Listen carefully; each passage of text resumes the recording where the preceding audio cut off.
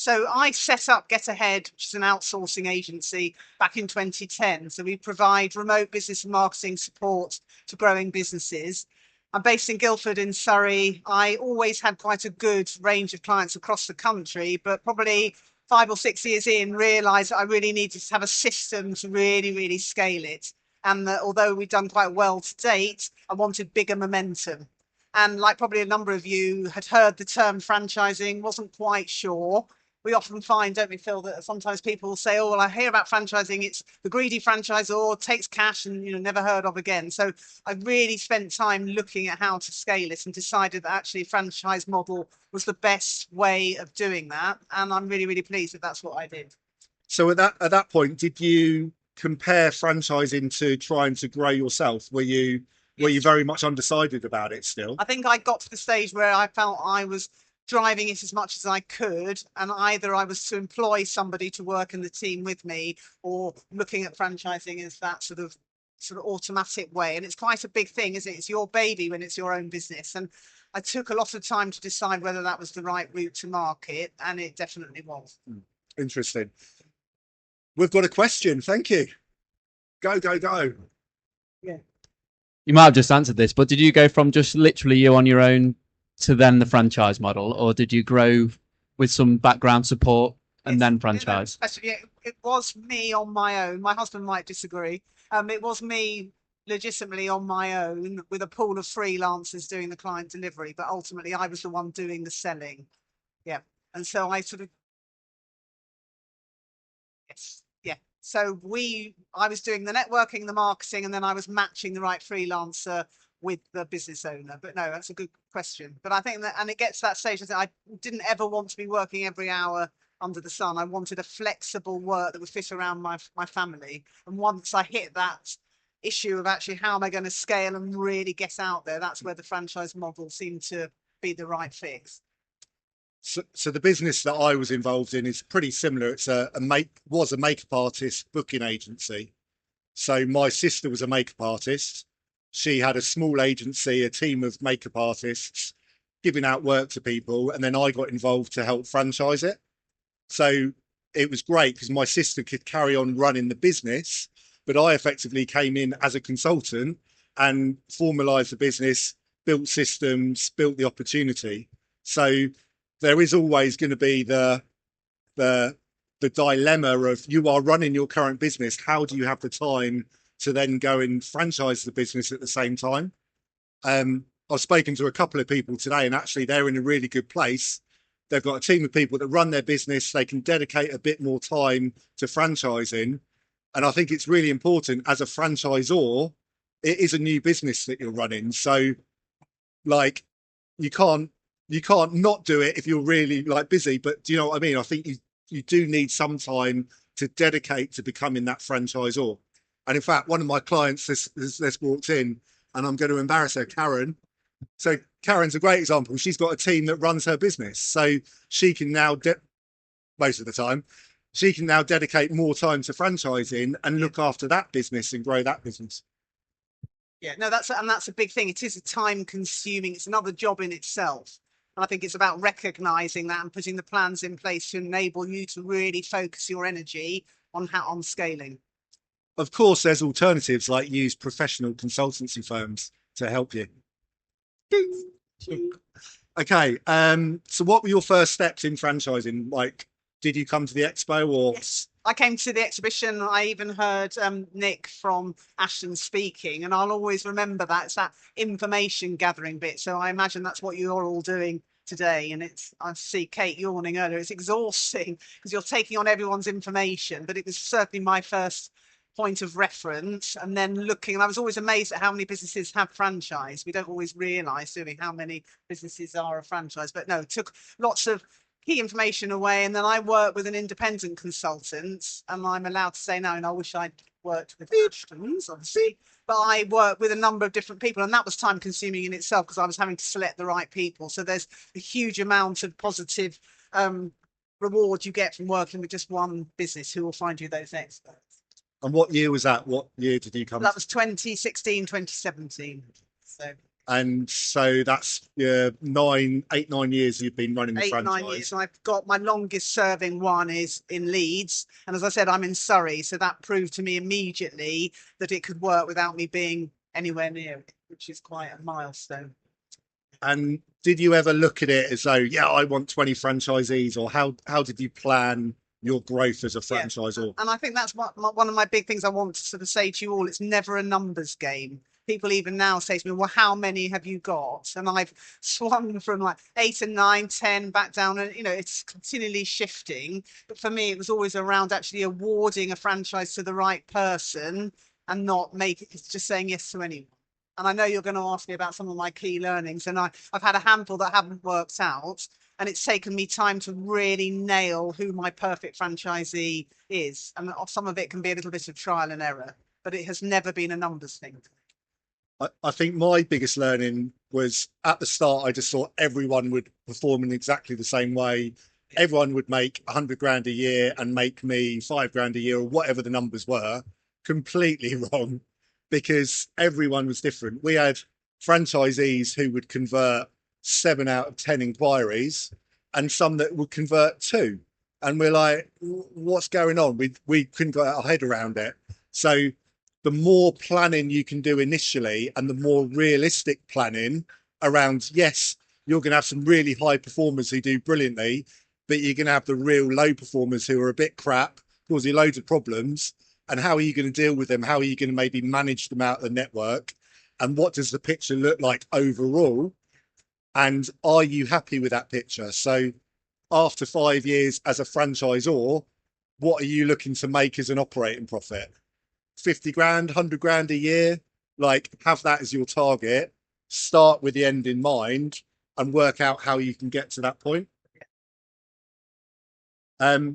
So Rebecca, you mentioned about learnings and things like that. What are the biggest mistakes you've made, and importantly, how did you resolve them? I think initially I worked with a local franchise, so I had a pilot, which was brilliant. So we learned very closely together. I think one of my biggest mistakes was saying yes to a couple that wanted to operate together. It was through a friend of mine.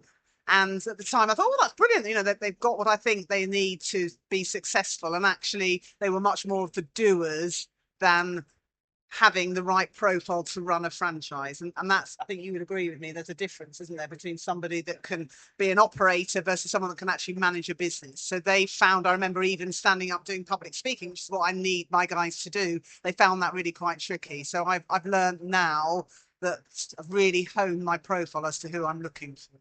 And I've been much better now. I think when you first start out, you're keen to keep the momentum going, but actually having the ability to say no is a powerful lesson. Definitely. Yeah. Because at the end of the day, business is about sales. Without sales, you've got no business. So if you take on someone who's afraid of picking up the phone, winking at Karen, they're going to struggle.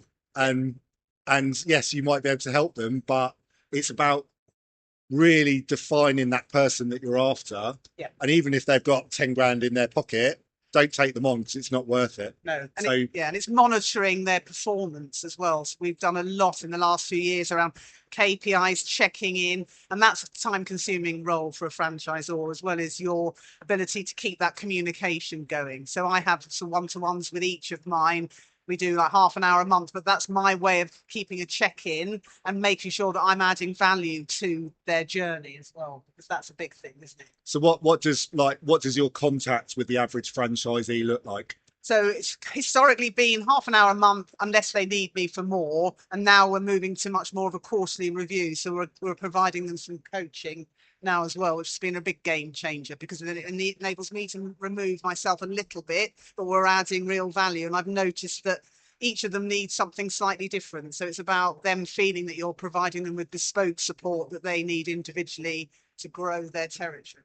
But that doesn't sound like a lot of time. Like, what was it? Half an hour a month? So and I've had half an hour a month of physical in-person time. Yeah. And then we have an opportunity for everyone to get together online for an hour to 2 hours a month. But I think it's getting that balance. Some are much more needed than others. So some will be ringing me quite a lot, but are sort of structured touch points. And do you have like WhatsApp groups and communication? I'm a bit allergic to a WhatsApp group, but yes, no, we have a fun WhatsApp group. So that's very important that you have that that ability to share and for a franchisee to feel part of a wider business. And then we have different apps and things so I'm very clear on how I want them to communicate, because I think that's a big thing as well. Setting those systems in place. We have a huge database that houses all our experts in there, so my team can go in and actually select the type of person they need. So there's automation, and that's a big thing, I think, as well. Rather than you've got to do it all yourselves, but it's being clear from the beginning. We've got a question. Legally, how much control do you have over your brand? You know, you mentioned. Yeah. So that's very much forms part of our contract, isn't it? The legal terms and the brand guidelines are vital. Yeah. So we've just moved to a new email marketing software, for example, and we've locked in all the templates to enable the franchisees to be able to feel that they've got some choice, but they can only be limited to how I want them to be showing up. So Right. yeah, if they start going rogue, that's when you've got to sort of shut them down. Right. Yeah. The good thing about the legal agreement, and Damien from Ashtons Legals at the back with the glasses on, is that it's quite general, and actually it refers to the operations manuals a lot. So the legal agreement will say some wording and then refer to operations manual. So within your operations manual, you have the right, and you should be changing that over time, because things will develop. Yeah. New email templates will come into play. So you are in control. The franchisor is in control. Yes, there's obligations for you as the franchisor, but primarily it's for the franchisee to adhere to. And if you say, we've done the research, this is now the better system to use, you are using it, they have to use it. So if you change your logo and your brand and things like that, that's part of the agreement that they sign up to. On your franchisee journey, how did you when you got to that point when you're like, I'm ready to do this, how did you kind of like, when you build your baby, Yes. you know you're in that baby, it's still your baby. How did you kind of like divorce yourself from, okay, I'm going to let go of my baby and trust that someone's going to take care of my baby how I want to take care of my baby? Yeah. No, so How do you do that? No, that's a really interesting conversation. And that's what I did with my consultant, was working on how am I going to slightly remove myself. And that's where things like the operations manual, your legal agreement really nails the fundamentals of what you're prepared to accept. But I have to say, I loved seeing my baby going out there into leads and being known without me being in there. I found that really quite empowering. I'm not precious over it. The thought of actually handing it over and giving somebody a wonderful opportunity to craft a living and an opportunity to grow their own business overtook that.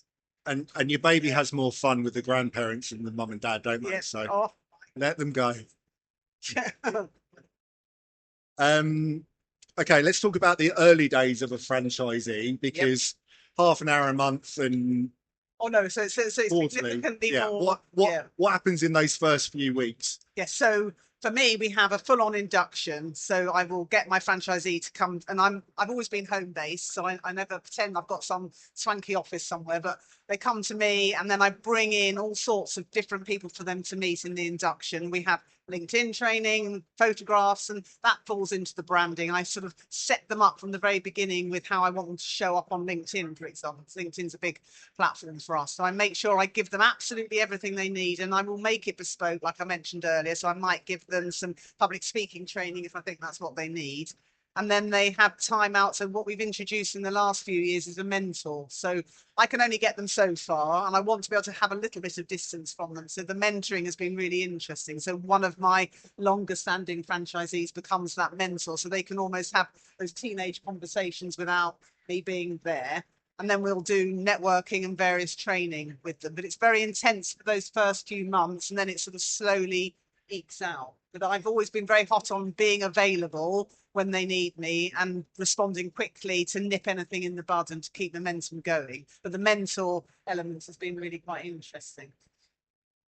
I think, it's tricky because some franchisees just need so much support, like going back to picking up the phone, and they're petrified of it. But you might need to sit there with them whilst they pick up the phone if they're contacting a school or another business or whatever they need to do to get a client. So the hard work at the start is going to allow them to really grow quickly and then understand what they need to do. the franchisee life cycle is just like human beings. They're a baby. They need absolutely everything from you. They become a toddler. They become a little bit naughty and a little bit cheeky. And then they're a teenager and they hate your guts and they regret even starting this thing and paying you 10% fee every month. Then they become a proper adult and they understand why it's a good relationship, and they might need to borrow some money for the mortgage or whatever, but then you have an adult on adult relationship. So if you're speaking to potential franchisees, you tell them all this. You can say, in 6 months' time, you're going to be a brat and you're going to hate me. You're positioning how they're going to be feeling. So when it does happen, you go, I told you, didn't I? So there's a really interesting book, Nathan, I forget his surname, an Australian guy, he's written about the franchisee life cycle. That's the one. Yeah, and I think it's interesting. So at any one time as a franchisor, you're juggling all these different stages of franchisees. So it's just sort of remembering that and being able to identify their varied needs, also bringing them all together collectively so they can learn and support each other. And I think it's no sort of secret squirrel. You want them to feel they've got a sense of freedom to talk to each other as well. And that's a big thing when you're first meeting prospect franchisees. I'm always saying open book, talk to any of my franchisees. I want them to feel that they've got that opportunity to learn and ask the questions. That's the thing I found the hardest was you've got a franchisee who's just joined versus one that's 3 years into it, and they are in completely different areas, but you're having to talk to them all in different ways. And you are in a people business. You're managing people, but you're not managing them, or they don't want to see like they're being managed. You're supporting them. Yeah, so it's that balance. Yeah. Yeah. Lots of psychology around it. So if you could start again today, what would you do differently, if anything? I think going back to my point about going, and I'm not just saying go to someone like us, but actually just have one conversation with the right person that will then bring the right experts in. I found that all of that a little bit, having to find my own lawyer and fiddling around that way. So I think that one-stop shop, and I probably would have spoken to other franchisors as well. I would have spoken to other people doing it to get sort of a clearer idea of what it's about. What question? Yeah. Could you both just talk us through your very first franchisee, like the actual journey you took them on? So, for example, you mentioned getting them to talk to the other franchisees you had, but you wouldn't do that for the very first person. My very good point. So my very first one was what we would call a pilot. So Carrie happened to be working for me already, and I was being quite open, saying this is how I'm going to do it. And she said, actually, I'd be really keen to work and be your pilot. So with that, we did a half price fee on the understanding that we would learn together. And she happened to be about 10 miles away from me. So that, again, from an ease of being out and about together, worked really nicely. But we would often say that, won't we, that doing a pilot where you can tweak it together is quite a unique opportunity for somebody. And we were the same. So we had makeup artists on our books. We knew they were good. We thought they could make good salespeople as well. And we talked to them about becoming a pilot, took them on for 6 months, built our system around our learnings with them. And they 2 of the 3 became franchisees. Can I just follow up on that? So in terms of both the pilots, did they have the same length of agreement as your other franchisees afterwards? Yes, so for mine, yes, they did. And actually what we've done is we've sold it because for various reasons, her husband was relocating. So after 2 years, we had a proven model and then we sold that business. What about you? Yeah, ours was like a 1-year agreement that we just extended to the 3 years. But talking about, so I've got some clients who launched in the summer. They've now taken on their first franchisee. At every step of the way, we were transparent with them. We said, we're a new opportunity. You're taking a risk because there's no other franchisee. If you're not up for that, tell us now and we'll stop talking. But they were up for it. They're an early adopter. They knew that they would get a deal. Like they asked us. We didn't tell them about a deal. They asked us and we were open to it because they were really good people. And we were like, look, we're going to learn from each other. Like not everything's going to be perfect. So again, it's positioning, communication is so important. Yeah. And I've said to them, you are so important to my client, the franchisor, because if you're successful, he or she's going to be super successful as well. So it's about just managing those expectations from the start, doing a deal. Like I've got an ice cream brand, and the guy is amazing. I said, drop the bloody price, and she dropped the price because she needed to get him in, and she'll make a lot more money from dropping the price on him in the future from future ones. No, great question. Thank you. Let me just refer to my tiny little questions on my phone. Every franchisor has some horror stories. What's your horror story? I think my horror story is a franchisee that presented a certain way, had potentially a very good sales background, got 0 clients, had a whole personal issue going on, and that was hard. So it's like, I thought you were meant to be like this. You're doing all the things I need you to be doing, but it just never came to anything. So I quickly knocked that on the head, and that was, I was embarrassed. I was embarrassed to how that came across to my wider franchise team as well. How did you knock it on the head? So we ended up just shutting it down and doing a shutdown. But it was disappointing, and we're in quite a female heavy franchise, and I was so chuffed. It was a guy who was really keen, he was in a new area in Bristol, and I really wanted to go there. So yeah, that's, I would say, one of my biggest horrors. So was it a mutual decision? Yes. Yeah. And I kept communication open. Did he ask for money back, or no? So that says it all. Yeah. So he knew it was his problem. Yes. Yeah. So then I was able to do a decent surrender. So he asked, was that within the legal contract? Yeah. Effectively, yeah. Once they sign. Yeah. But they will put in claims against you. Like we had one makeup artist, we gave her like $3,000 back of the $5,000 because it wasn't like we were a low cost franchise. There was no point trying to fight it because we would have spent $3,000 like that with a lawyer and would just stuff you, go away. So you will have issues, but as long as you've set things up correctly, and this goes down to like how you sell the opportunity. So a big thing that we do is make sure that all of our documentation and our literature isn't coming out with massive claims. It's very much about illustrations, theoretical, lots of notes of there's no guarantee. And it's presenting information to people in the right way at the right time. So like there's lots of brochures out there today, and lots of brochures have numbers in. You're going to make £224,000 in year 2. Like, why put that in a brochure? Because some people will be put off by that because it's not enough. Some it's too much. And you basically said to them, you're going to make 224K in year 2. And if they don't, they'll go, why have I only made 88K? And then they've got a claim against you. So without bigging up consultancies and lawyers and things like that, do things properly. And a lot of it is about covering your back for that one occurrence where things go wrong.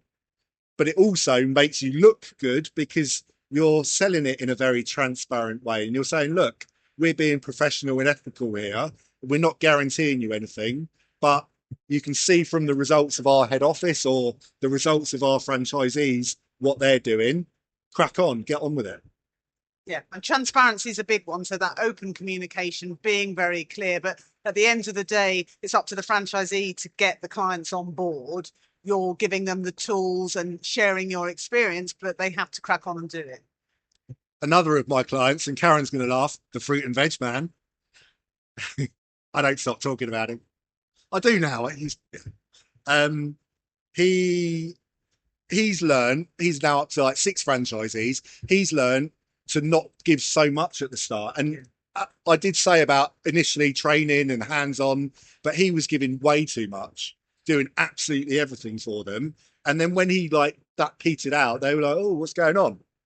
So it is a balance between telling them to get on with it versus what you need to help them to get on with it, but not too much. But I think that sort of comes with experience a little bit, and also personalities and how people learn and learning styles and and I found personalities really interesting. Some that there are a wide mix of personalities within my franchise, but they are all running their own businesses and they will be attracting a different types of clients. So and I really enjoy that. If they were all the same, it would be boring. So we're going to end on a positive note. And Karen, I'm going to ask you a question. Can you give the microphone to Karen? What's the best thing about being a franchisor, Karen? We didn't plant Karen, by the way. Karen. No. It's freedom. Quickly, Karen. It's free. Yeah, but you put me on the spot. It's freedom, but it's also watching the baby you were talking about grow. I had that moment where I was like, I can't let this go. I don't want to do this, but I actually entrusted it organically to other people, and it failed. And it failed because those people didn't care like I did. If you're buying into a franchise, you should want to care about the business you are investing in. That gives you a head start before anything else happens. And I am going to big them up because I've worked with Phil since the beginning, to be fair. I worked with Phil for 18 months before I advertised my opportunity. And they gave me everything I needed to do it. I am now a year in, just over. I've got 3 franchises and my office, so 4 in total. And we continue to grow. But they gave me the infrastructure to do it, in my opinion, properly. So if you are seriously considering it, look at the consultancies, look at how they can set them up. Because yes, you can run a business, but can you run a franchise? It's different. Other consultancy firms are available. No, but I love that sentence. It's about the freedom it gives you to be able to do what you want and plan your time, but also empower others to have a successful business. Yeah, like Rebecca, you've got a lovely life, don't you? I have a lovely You work, you go on podcasts, you run networking events, you go on holidays, you walk the dog, you do some consultancy. I think I would struggle now ever having a boss. And that's an interesting scenario. And that's another big thing. As a franchisor, you're not their boss. So there's a real sense of, that's quite an interesting one. But sometimes you do need to be. But you need to have a confidence to knock things on the head. But yeah, it's sort of empowering them. Any other questions? One at the front. We're on a strict time limit, I think. We're going into Liverpool time. What is the average franchise fee here in the UK? I can see why you answered the Nathan question now. Yeah. It's across the whole industry, probably like 12 grand or something, but it varies massively. There's the BFA, the British Franchise Association. They've got about 350 members out of probably 1,000 brands. So people here are part of the BFA or they're accredited. There'll be lots of low cost franchises that charge 500 quid and waste of time, blah, blah, blah. So my clients might vary from with launching one, which is 30k, another's 19k. It all depends on what's included.